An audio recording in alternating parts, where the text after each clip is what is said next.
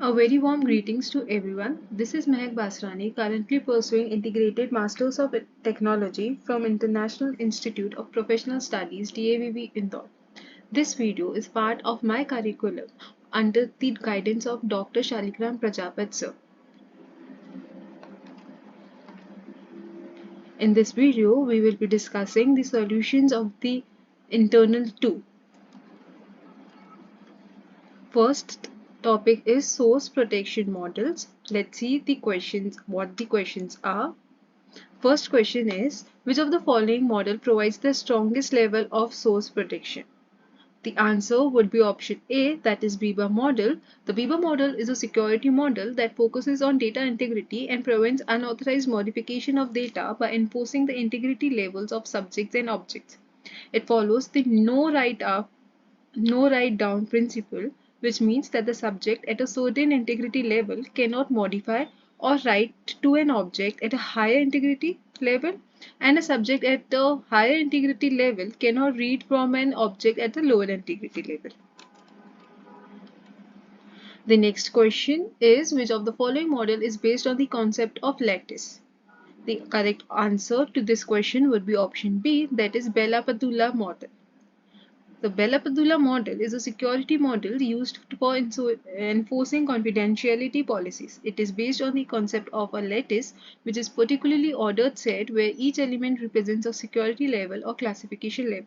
The lattice structure in the Bella-Padula model helps in determining the flow of information based on security level assigned to subjects and objects.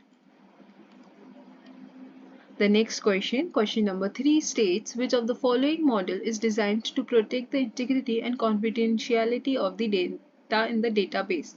The correct answer amongst all the options would be option D, that is Brewer-Nash model, which is designed to protect the integrity and confidentiality of data in a database. The Brewer-Nash model as a security model that emphasizes the trade-off between achieving strong data consistency and providing higher availability and scalability in distributed systems. The next question, question number 4, states that which of the following model is designed to protect against unauthorized access to sensitive information? The correct answer would be option B, that is Bella-Padula model, which is designed to protect against unauthorized access to sensitive information. It is a security model that focuses on enforcing confidentiality policies and preventing unauthorized disclosure of information. The Bella-Padula model follows the no write up and no write down principle, which states that a subject at a certain security level cannot read information from objects that are same or lower security level, but cannot read from objects at a higher security level. The next answer states which of the next question states which of the following model is designed to ensure that only authorized users are able to access certain resources. The correct answer would be option B, Bell-Padula model again, because it primarily focuses on enforcing confidentiality policies. It inherently ensures that access to resources is restricted to authorized users. It again follows the no write up, no read up and write down principle. The second topic is secret and public key cryptography. Let's see what questions do we have under this category. The first question under this category is, which type of cryptography requires both parties to have the same key? Answer would be option A, that is secret key cryptography. In this, a single key is used for both encryption and decryption. The same key is shared between the sender and the receiver, and it must be kept secret from anyone else. With secret key cryptography, the sender uses the shared key to encrypt the message and receiver uses the same key to decrypt the message. Since both the parties need to possess the same key, it is crucial to securely distribute the key to ensure confidentiality and integrity of the communication. The next question, question number 7, states which type of cryptography uses two different keys for encryption and decryption. The correct answer amongst all the given options would be option B, that is public key cryptography, because it uses a pair of keys that is a public key for encryption and a private key for decryption. The public key is freely distributed and can be used by anyone to encrypt messages intended for the owner of the corresponding private key. The private key, on the other hand, is kept secret and known only to the owner.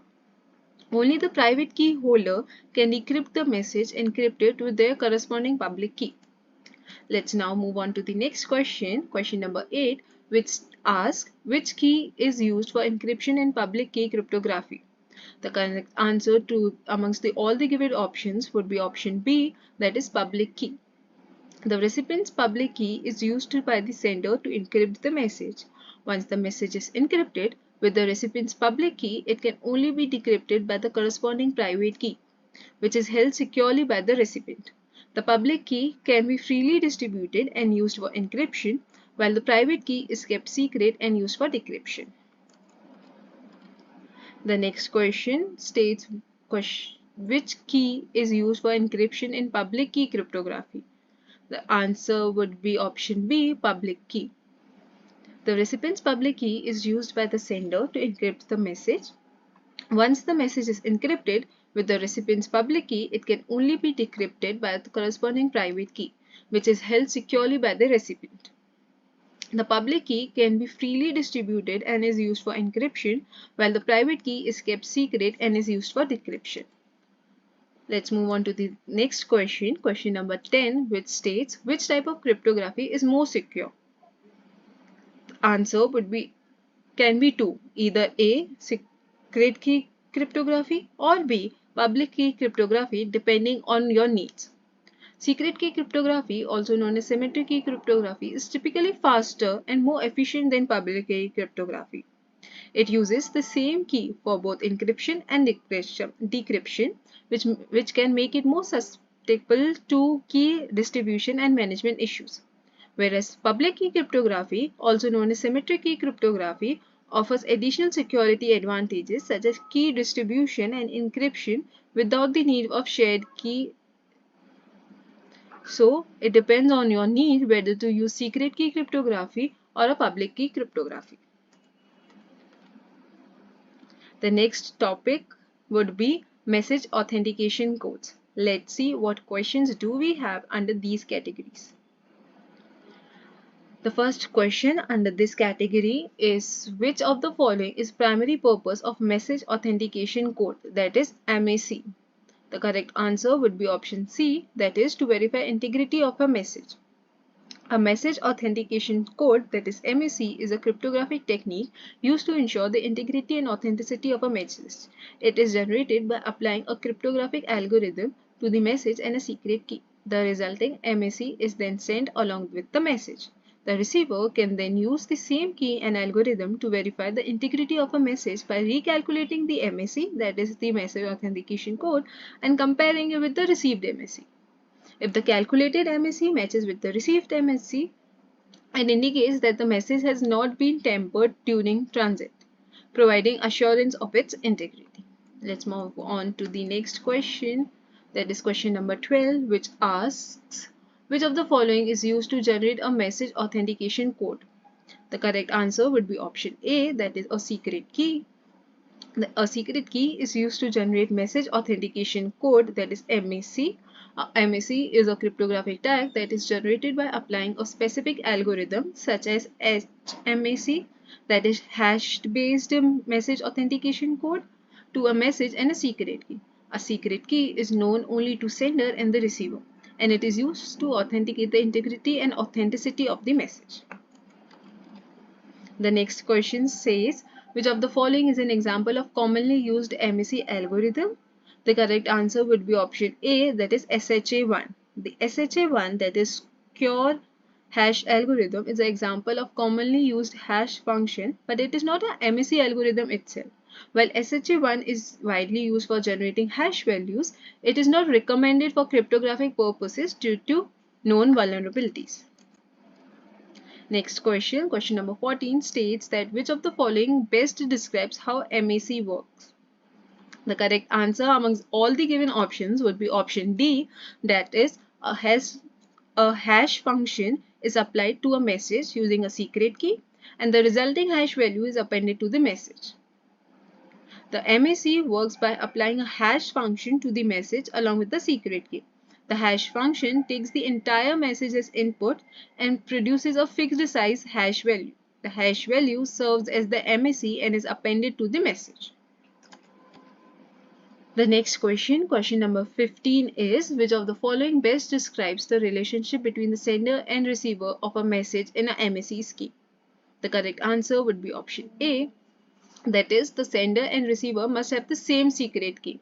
In MAC, that is Message Authentication Code scheme, the sender and receiver need to share the same secret key. The secret key is used by both the sender and the receiver to generate and verify the MAC. Let's now move on to the next question, which is question number 16, which states that which of the following protocol is used to provide secure communication over internet? And the answer, of course, is option D, that is HTTPS, which stands for Hypertext Transfer Protocol Secure, which is a protocol used to provide secure communication over the internet. It is an extension of HTTP protocol, but with the addition of encryption and authentication mechanism. The next question, question number 17, states which of the following is a type of network security attack that involves intercepting and modifying data packets as they are transmitted across the network? The correct answer would be option B, that is man in the middle, MITM attack.